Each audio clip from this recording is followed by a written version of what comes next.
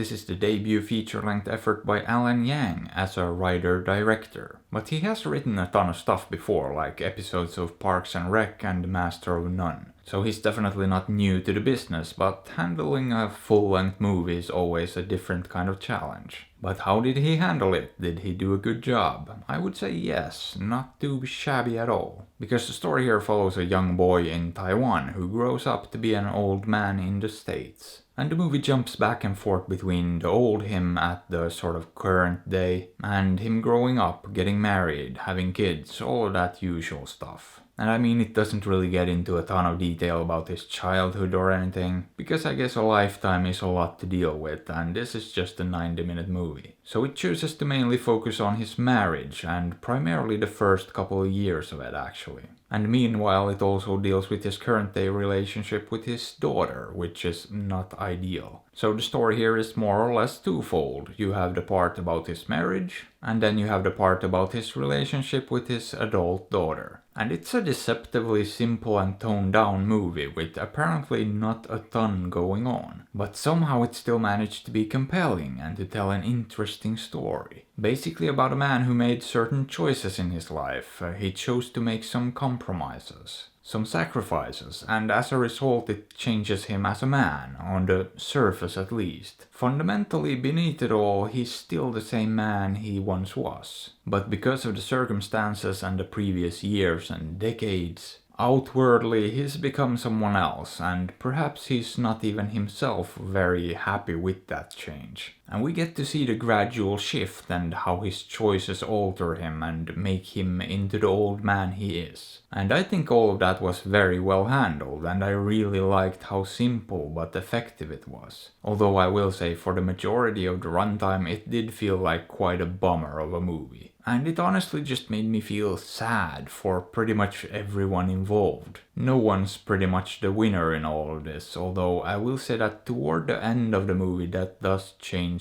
to some extent. And it did manage to get to me emotionally, and it turned out to be rather touching actually. In a very toned down, subtle and non-flashy or extravagant way that I couldn't help but to appreciate. I also can't complain about the filmmaking and the direction and the editing, because while I don't think it's necessarily a phenomenal movie in that regard, it still works very well, and especially the pacing was very good. Time just flew by watching this, which is something small, quaint, quiet dramas like this rarely manage to pull off. But this one did, and overall too, I really don't have any genuine complaints about this. It's just very solid and well put together all around, and the last 20 minutes or so really managed to elevate the movie as a whole and pulled it out of that bummer mode it was sort of locked in for most of it. And as a result I ended up really enjoying this. It's a pretty good little movie. But that's about all I have to say about it, so only one question remains. Would I recommend it? Yeah, if you like dramas I think you might enjoy this, and if not, maybe skip it.